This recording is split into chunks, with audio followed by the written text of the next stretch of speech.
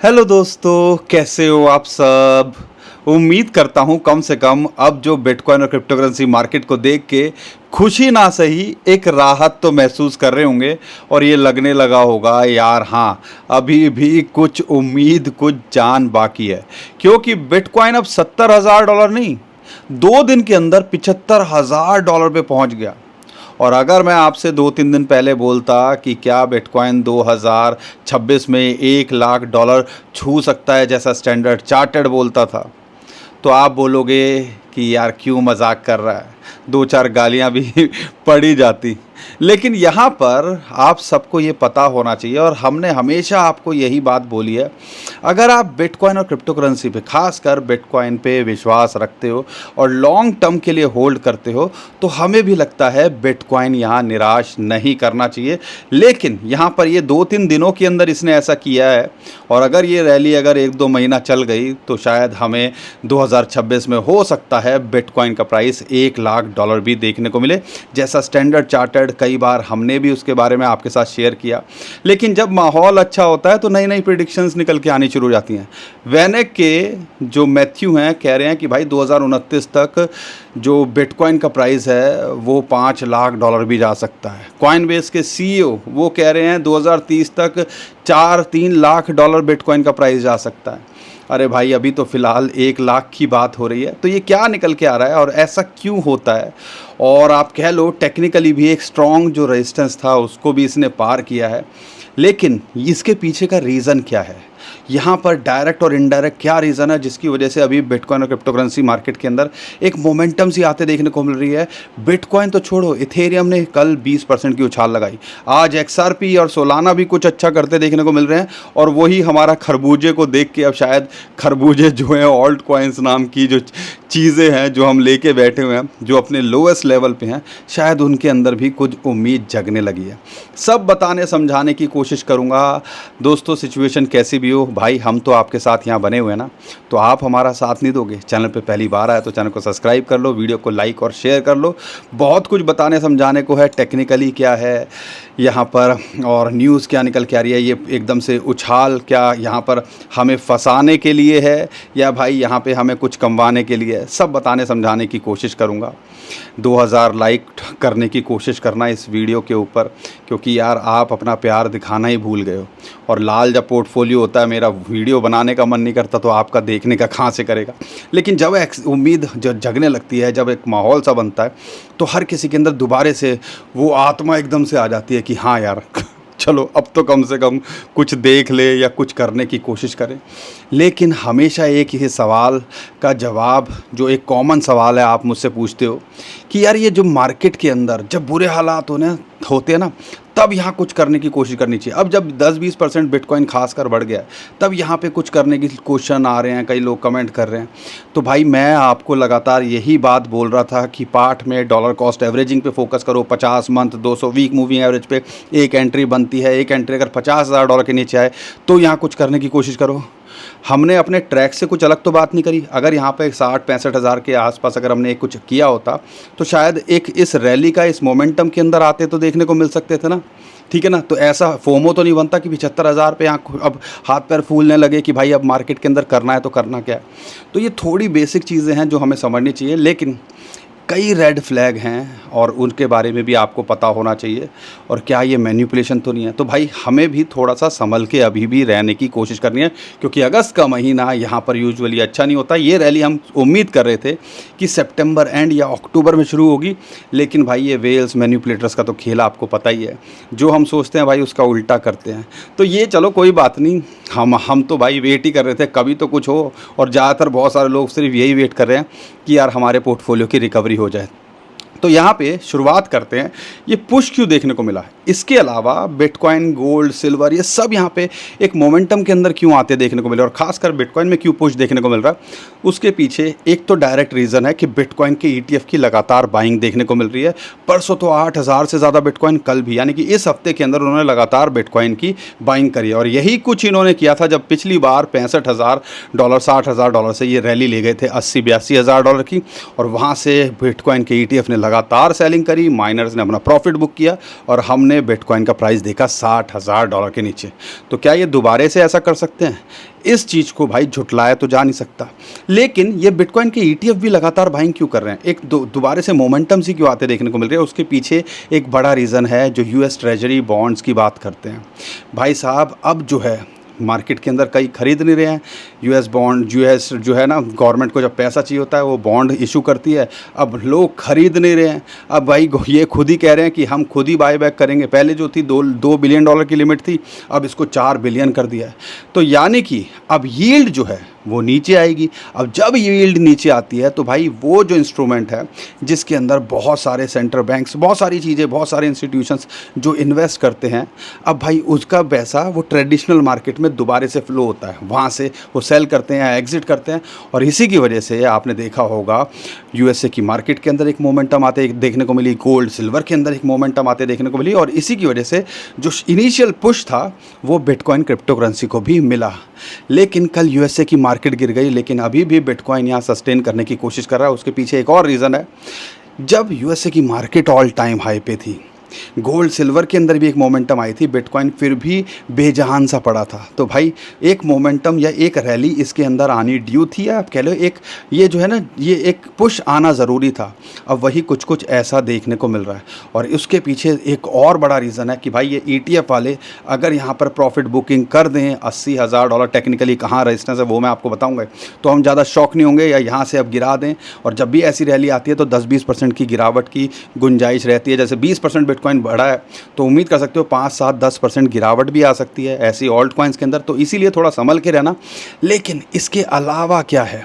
इसके अलावा भाई $70-75,000 के आसपास, या 80,000 कहते हैं, 70 से 80,000 एक बिटकॉइन को माइन करने के लिए यूजुअली यहाँ पे लगता है। अब भाई यहाँ पर इस टाइम पे जब $60,000 के आसपास बिटकॉइन का प्राइस 3 दिन पहले था, माइनर्स लॉस में तो बेचेंगे नहीं। और लॉस में बेचेंगे तो भाई वो माइन क्यों करेंगे? और माइन नहीं करेंगे या ब्लॉकचेन रन नहीं हो पाएगी तो ब्लॉकचेन सर्वाइव कैसे करेगी? और वो सर्वाइव नहीं कर पाएगी तो भाई यहाँ पर अल्टीमेटली जो हज़ारों लाखों बिटकॉइन ये ETF वाले लेके बैठे हैं, इंस्टीट्यूशन लेके बैठे हैं, उनके भाई पैसे पे खतरा आ जाएगा। तो ये भी एक बड़ा रीज़न होता है कि टाइम टू टाइम ये माइनर्स को एग्ज़िट कराया जाता है। या आप कह लो कि वो एक भाई यहाँ तो इसको आना ही था 70 से $80,000 के बीच में, क्योंकि भाई एवरेज कॉस्ट के आसपास माइनिंग की ये जो है यूजुअली हम देखते हैं। कुछ महीनों तो नीचे रह सकते हैं, लेकिन लंबे समय के लिए रखेंगे तो माइनर सर्वाइव नहीं कर पाएंगे। तो एक बड़ा इशू ये है। तो ये एक एग्जिट पॉइंट माइनर्स के भी हो सकता है। साथ के साथ कई वेल्स जो शॉर्ट पोजीशन बना के बैठी हुई थी, मैनिपुलेशन इतनी होती है भाई, उनको लिक्विडेट भी करना होता है। और सुनने में ये भी आया है लगभग $250 बिलियन जो है डॉलर मार्केट के अंदर ऐड हो गया, और $2 से $3 बिलियन की एकदम से लिक्विडेशन भी हमें पिछले कुछ घंटों के अंदर भी देखने को मिली थी, जब ये बड़ा पुश मिला था। चलो कुछ भी हो, लेकिन अल्टीमेटली माहौल अभी यहाँ पे बिटकॉइन क्रिप्टो करेंसी के अंदर अच्छा बन रहा है। और कई इंडिकेटर्स थे वो यही बता रहे थे या तो बॉटम हो चुका है या बॉटम के बहुत करीब है। हम भी उसके बारे में बात कर रहे थे। आप फायर सेल की बात कर लो, अगर हम कहते हैं रेनबो चार्ट की बात करते हैं, या बहुत सारे जो हमने चार्ट शेयर करे वो यही बता रहे थे या तो बॉटम हो चुका है, बॉटम के करीब है। हम ये उम्मीद कर रहे थे अगर यहाँ नहीं टिकता 60,000 पे $50,000, उसकी गुंजाइश हम लेके चल रहे थे। लेकिन हमने 60 और 65, 60-62 हज़ार, जहाँ पे 50 जो है month moving average, 200 week moving average जो टेक्निकली एक बड़ी सपोर्ट है भाई, वहाँ पे भी आपको बोला था। कोई भी वीडियो उठा के देख लो कि भाई यहाँ एक एंट्री बनती है। उम्मीद करता हूँ आपने चीज़ों को समझा होगा। इसीलिए डॉलर कॉस्ट एवरेजिंग काम आती है और यही चीज़ें हमें करनी चाहिए। ऊपर जाता है तो ज़्यादा खुश नहीं होना चाहिए, नीचे जाता है तो माल बटोरने पे फोकस करना चाहिए और सिस्टमेटिक करोगे, यही स्ट्रेटजी होती है। लंबे समय में यही आपको सर्वाइवल दे सकती है, ठीक है ना। अब यहाँ पर अगर प्रॉफिट बुक करोगे तो थोड़ा सा शॉर्ट टर्म में देख रहे हो तो प्रॉफिट पे देखना है। अब टेक्निकली क्या लगता है वो मैं आपको बताता हूँ, समझने की कोशिश करना।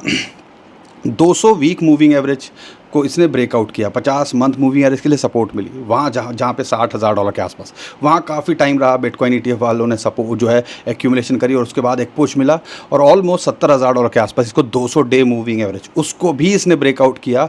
और ये जो है पिछली बार जब $80,000 पे 80-82 पे आया था ये रेजिस्टेंस था, वहाँ उसके ब्रेकआउट नहीं कर पाया था। नवंबर के बाद में, अक्टूबर में ऑल टाइम हाई बनाया था, नवंबर के बाद में 2025 की बात कर रहा हूँ, ये कभी भी इसके ऊपर नहीं गया। और ये भी इसके ऊपर जाना, ये भी एक बड़ा बुलिश सिग्नल है। अगर इसके पार जाता है और यहाँ मेंटेन कर पाता है, प्रॉफिट बुकिंग नहीं होती है, तो 80 से 82-83,000 डॉलर्स है जो एक बड़ा रेजिस्टेंस जोन निकल के आना चाहिए, क्योंकि वहाँ पर 50 मंथ मूविंग एवरेज, 50 मंथ कह रहा हूँ, 50 डे मूविंग एवरेज, वो भी टेक्निकली एक बड़ा रेजिस्टेंस होता है। साथ के साथ में भाई प्रॉफिट बुकिंग की गुंजाइश रहती है माइनर्स की तरफ से और बड़े इन्वेस्टर इंस्टीट्यूशंस की तरफ से, जिनको भाई 15-20% जो है अपसाइड मिल रही है। जहाँ पे वो अगर ट्रेडिशनल मार्केट के अंदर देखते हैं तो 2-4-5% बैंक में तो कई बार नेगेटिव मिलता है। तो भाई उनके लिए तो ये भी बहुत बड़ी बात होती है। और यही चीज़ हमने पहले देखी थी जब मई के बाद एक रैली आई थी। तो भाई हमें थोड़ा सा संभल के जो है करना है। और इसीलिए शॉर्ट टर्म में देख रहे हो तो भाई लाइंस को देखो, लॉन्ग टर्म में देख रहे हो तो अभी भी मैं बोलता हूँ कोई टेंशन नहीं है। और जब भी ऐसे माहौल बनता है तो फिर वही प्रेडिक्शंस या फॉरकास्ट निकल के आने लगते हैं। जैसे मैंने बताया मैथ्यू जो हैं वेनेक के, तो भाई वो कह रहे हैं कि $5 लाख जा सकता है 2030 के तक। और अभी भी इस साल या अगले साल में बिटकॉइन का प्राइस $1 लाख जाता देखने को मिल सकता है। कॉइनबेस के CEO वो भी यही बोल रहे हैं 3 से 4 लाख जाता देखने को मिल सकता है। तो आप कह लो कि यार ये सारी कहानियाँ चलती हैं और ऐसी स्टेटमेंट निकल के आने लगेगी, क्योंकि माहौल बनता है।